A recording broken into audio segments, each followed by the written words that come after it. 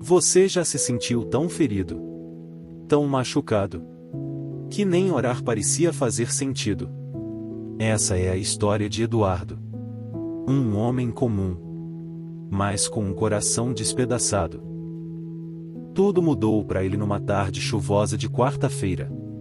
A ligação foi curta, fria, direta.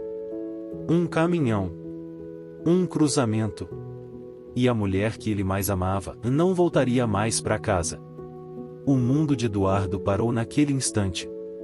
Ele não gritou, não chorou. Só ficou em silêncio.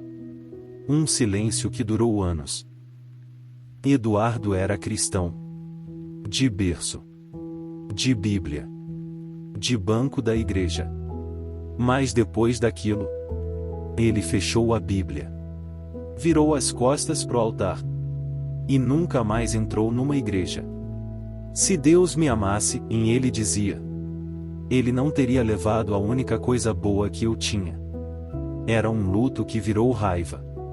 Uma ferida que virou amargura. E aos poucos, ele se tornou apenas um homem sobrevivendo. Anos se passaram. Até que um dia apareceu Dona Cida, a vizinha do andar de cima. Pequenininha, risonha, daquelas que sempre dizem: "Tô orando por você". Toda semana ela batia na porta e dizia a mesma coisa: "Vai na igreja comigo, só uma vez".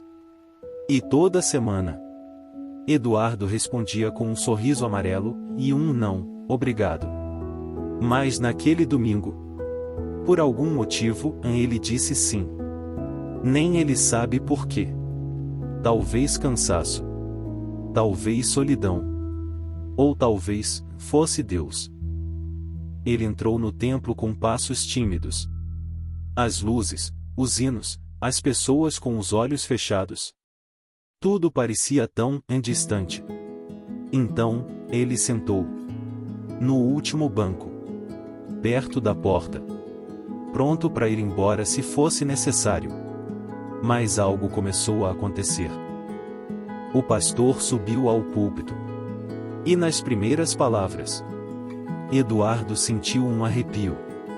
Não era qualquer pregação. Era como se o homem lá na frente estivesse lendo seu coração. O que fazer quando Deus parece ter se calado?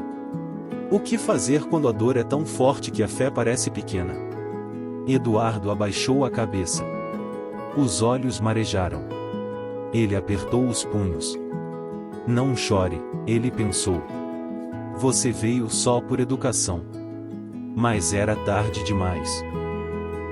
Foi então que uma criança se aproximou. Devia ter uns 7 anos. Cabelinho bagunçado. Vestido simples. E um olhar que transbordava paz. Sem dizer nada, ela sentou ao lado de Eduardo. Segurou sua mão. E disse baixinho: "Deus pediu para eu te dizer que Ele ainda te ama". Eduardo travou. Olhou para a menina. Mas ela já corria de volta para os pais. Naquele momento, o homem que chegou calado se desfez em lágrimas. Naquele último banco, Deus restaurou um coração. Ele não falou com trovões. Não abriu os céus. Não reverteu o passado. Mas ele falou. Na simplicidade. No detalhe. No amor. E Eduardo entendeu. Deus nunca havia deixado de amá-lo. Nem por um segundo. Eduardo continuou indo à igreja. Mas agora, sentava mais à frente. Começou a cantar, a sorrir e aos poucos, a servir. Numa dessas manhãs, ele foi batizado. E quando saiu das águas, disse em lágrimas: "Eu não entendo todas as dores que vivi.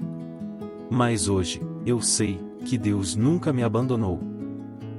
Talvez você, que me ouve agora, também tenha perdido algo. Ou alguém. Talvez esteja com o coração cansado, como o de Eduardo. Sentado no último banco da sua fé. Sem forças para orar. Sem coragem para voltar. Mas escute. Deus ainda te ama. Ele nunca parou. E Ele ainda fala com você. Hoje. Agora. Não ignore esse chamado. Não é apenas uma história. É Deus te chamando de volta para casa. Se essa história tocou seu coração, compartilhe com alguém que esteja precisando ouvir isso. Deus ainda transforma vidas. Ainda cura corações. Ainda chama pelo nome. E às vezes, tudo começa no último banco da igreja.